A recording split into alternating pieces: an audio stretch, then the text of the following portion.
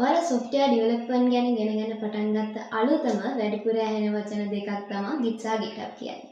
ඔයාලා අහලා ඇති software developers කියනවා මේක GitHub එකට push කරන්න, එහෙම නැත්නම් Git වලින් commit එකක් දාන්න කියලා.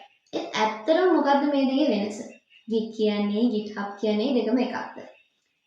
ඔයාලා තාම මේ දෙක පටලවාගෙන ඉන්නවා නම් මේ වීඩියෝ එක ඉවර වෙනකොට ඔයාලට මේ ගැන කිසිම ප්‍රශ්නයක් ඉදිරි වෙන්නේ නැහැ.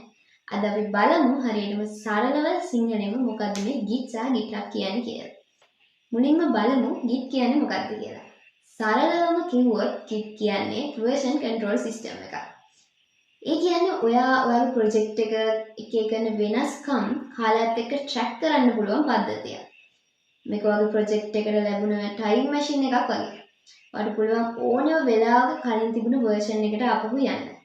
කවුද වෙනස්කම් කළේ කීයද වෙනස්කම් උනේ කියලා බලන්න පුළුවන්. වැරදීමකින් හරි කෝඩ් එක වලට වැරදුනොත් බය වෙන්න දෙයක් නැහැ. කලින් තිබ්බ කෝඩ් එකට විනාඩියෙන් වලට යන්න පුළුවන්. මතක තියාගන්න ඕනේ දේ තමයි Git වැඩ කරන්නේ ඔයාලගේ කම්පියුටර් එක ඇතුලේ. ලෝකල්. ඒකට ඉන්ටර්නෙට් අවශ්‍ය වෙන්නේ නැහැ. දැන් බලමු GitHub කියන්නේ මොකක්ද කියලා. GitHub කියන්නේ ඔයාලගේ Git වලින් කරපු project එක ඉන්ටර්නෙට් එකේ cloud එක save කරලා තියාගන්න පුළුවන් platform එකක්. තවත් සරලව කිව්වොත් Git කියන්නේ tool එකක්. GitHub කියන්නේ tool එක කරන වැඩ store කරන තැන platform එකක්. එතකොට code එකක් online save කරලා තියාගන්න, කියන්නේ ලෝකේ ඕනම කෙනෙක් එක code එක share කරන්න, team එකක් විදිහට එකම project එක වැඩ කරන්න ඔයාලට GitHub එක නිසා පුළුවන්. අපි තවත් පැහැදිලි කරගමු. Git කියන්නේ ඔයාගේ කම්පියුටර් එකට install කරලා පාවිච්චි කරන software එකක්. GitHub කියන්නේ Git එක වැඩ කරන website එකක්. ඔයාලට GitHub නැතුව වුණත් Git පාවිච්චි කරන්න පුළුවන්. හැබැයි GitHub පාවිච්චි කරන්න නම් අනිවාර්යයෙන්ම Git ඕනේ. තව දෙයක්. GitHub විතරක් නෙවෙයි මේ වගේ වැඩ කරන්න තියෙන්නේ. GitLab, Bitbucket වගේ තවත් සේවාවන් තියෙනවා.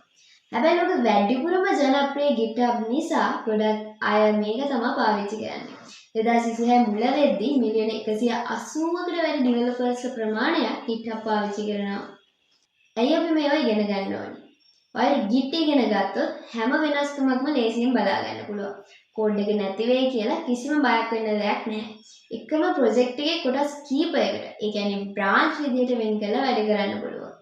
එතකොට GitHub එක quality team එකක් විදිහට වැඩ කරන්න ලේසි.